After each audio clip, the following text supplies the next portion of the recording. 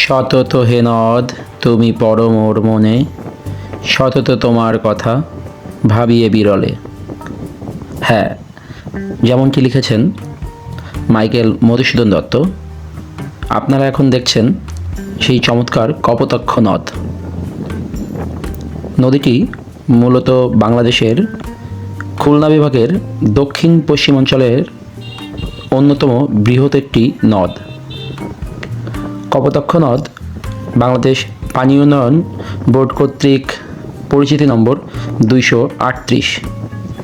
এই নদটির দৈর্ঘ্য 238 কিলোমিটার এবং এটির প্রস্থ গড়ে 150 মিটার।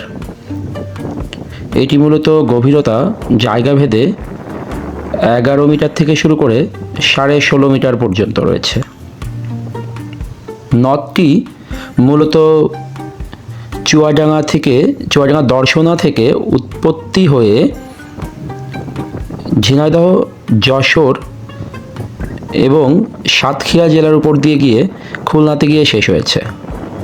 মূলত এই 5টি জেলার উপর দিয়েই কপোতাক্ষ নদ প্রবাহিত হয়েছে।